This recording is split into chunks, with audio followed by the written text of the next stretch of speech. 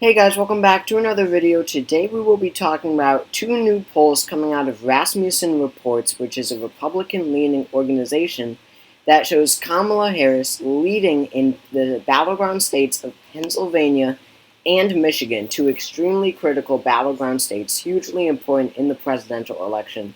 And it is very unusual to see Rasmussen reports showing a Democratic presidential candidate ahead in these two states.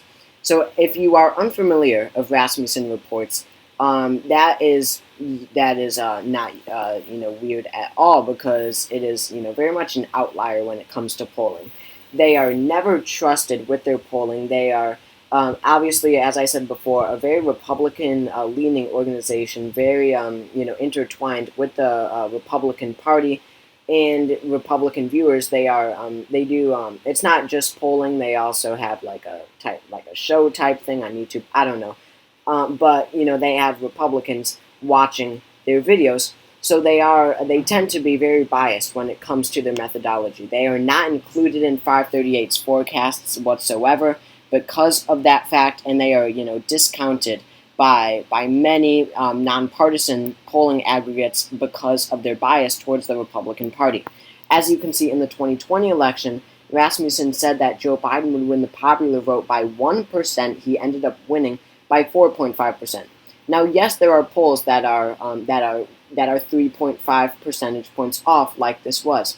However, in 2020, you'll see that every single poll overestimated Joe Biden. Whatever the standard methodology of polling was in 2020, it resulted in overestimation of Joe Biden. So clearly here, their methodology was, set up intentionally to benefit then President Trump in the results. Now, this is more of a funny point here, but they got a lot of attention after a poll that they released. Oh, I'm sorry, this Trafalgar. I just realized this is a this is a poll from Trafalgar, which is another right-leaning organization. But this is just to go to show that they can be way off sometimes if they are aligned, with a political party. Peter Welch, Trafalgar estimated would win by 7%. He ended up winning by 40%. That got a lot of attention. But I just realized now it was Trafalgar, which is very similar to Rasmussen, but not quite Rasmussen Reports itself. So Rasmussen, all in all, Republican-leaning organization, very discounted because they always show the Republican winning by huge margins, but not anymore, and this is great news for Kamala Harris and her campaign. See, they conducted a poll in the state of Pennsylvania. Kamala Harris is ahead by 1 percentage point, 46% for Harris, 45% to Trump. In Michigan, Kamala Harris is ahead by 3%. Kamala Harris is at 47%. Donald Trump is at 44%. So, it's interesting because these poll results fall way, right in line with what we see from other pollsters. Most polls have their results at around Kamala Harris ahead by 1 in Pennsylvania, ahead by 3 in Michigan. This is a completely standard poll. This, if you just threw this in a batch, of different pollsters, this would fall right in the middle. It is absolutely not an outlier. So what is going on here? I mean, Rasmussen constantly says Donald Trump is going to win the popular vote by like 6% or 5% or 4%. Even with now Harris as the nominee, it was reasonable to say when Biden was the presumptive Democratic nominee. But it is not anymore because almost every poll shows Kamala Harris leading the nationwide vote. So now, we see a major turn of events where now even Rasmussen is saying that Kamala Harris is going to capture these two extremely critical battleground states. I mean, Pennsylvania voted for Biden by 1.2%. Michigan voted for Biden by 2.8%. So Rasmussen is saying that Kamala Harris is matching Biden's 2020 numbers in these two states. Just to look at the polling, as I was saying, in 2024. What do we see? We see that Kamala Harris is ahead by 2% on average. Rasmussen is saying that she wins by 3. In Pennsylvania, Kamala Harris is ahead by 1.4%. Rasmussen says that she's ahead by 1. So if Rasmussen is as overconfident, or as, if they are boosting Donald Trump as much as they did in 2020, which was 3.5% nationwide, if the Democrats are going to do let's just assume this won't happen, but let's just assume that the Democrat outperforms the Rasmussen polls by 3.5%. Harris outperforms Rasmussen by 3.5%. Then that would result in Pennsylvania voting for Kamala Harris by 4.5%.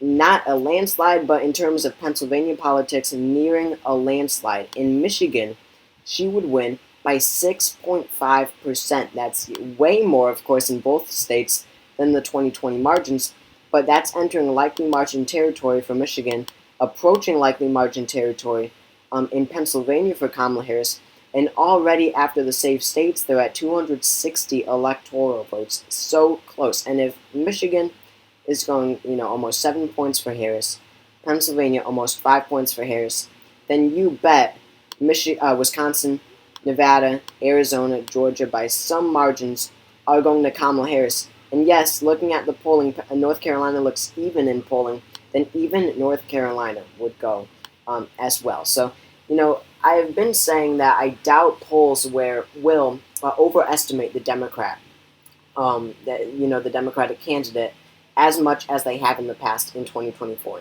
In 2020, Joe Biden was way overestimated in the polling, overestimated by some 4.5% in the aggregate of polling. And then Hillary Clinton, of course, famously in 2016 was way overestimated. She was expected to win handily. Donald Trump ended up winning that electoral college quite handily in 2016 as well.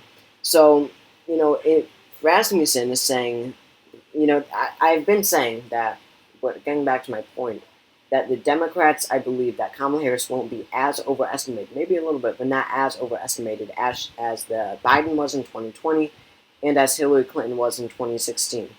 And this just goes to show that the methodology of these of these recent polls may be way off. Maybe we have to look at these more Republican-leaning polls now because they actually are starting to become standard. I mean, whatever.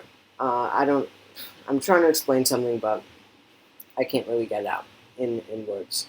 But just really stunning. I mean, Rasmussen is known for its bias towards the Republican Party, but more importantly, it's way overconfidence of Republican candidates. Their methodology is to boost Republican candidates, and when he's losing Michigan and he's losing Pennsylvania, that is when you know something is really off with these Rasmussen polls. Or not even that, not even wrong with the Rasmussen polls, but something is off with the Trump campaign. They need to get back on track. I mean, he should be winning Pennsylvania by like 4% in this Rasmussen poll, considering that it is Rasmussen, and that is how much they overestimate Republican candidates typically. So just a really interesting scene going on here. I mean, if Michigan is almost 7% for Harris margins, Pennsylvania almost 5%, then of course all the other swing states are going to go to Harris, as well as North Carolina. But then, you're really approaching Florida becoming likely. You're approaching Texas becoming likely. And that is where, I just don't see these states possibly becoming competitive, very close at all, and, with any possibility of voting Democrat. So that is why these polls are extremely puzzling, because on one hand, you say these polls always overestimate the Republican candidate, the Republican presidential candidate. They're extremely biased. This would mean Harris wins Pennsylvania by somewhere near 5%. And then you say, but that would mean Texas is super close, Florida super close, and that probably won't happen either. So numbers are interesting. Elections are interesting when it comes to this stuff because it doesn't make sense. And typically, for the most, simplistic and sometimes accurate results, you just have to look at the average of polling. You have to look at the average of polling. You have to consider how wrong they were in past elections and how wrong you think they will be this election. Because as I said, they were wrong in 2020. They were wrong in 2016. Way overestimated the Democrat. But I doubt they will overestimate Kamala Harris in the same way as they did in 2016 and 2020. So just interesting. I mean, just really shocking polls. From this Republican pollster, Rasmussen reports, that shows Kamala Harris now taking the lead in Pennsylvania and Michigan. I would like to see other state polls. I believe they only did these two states, but I'd like to see national numbers and more importantly, the other battleground states. So thank you all for watching this video. If you enjoyed, make sure to subscribe down below. We're trying to get to 10,000 subscribers before Election Day, so if you could help me out with that, that would be great. But again, thank you all for watching, and I'll see you all next time.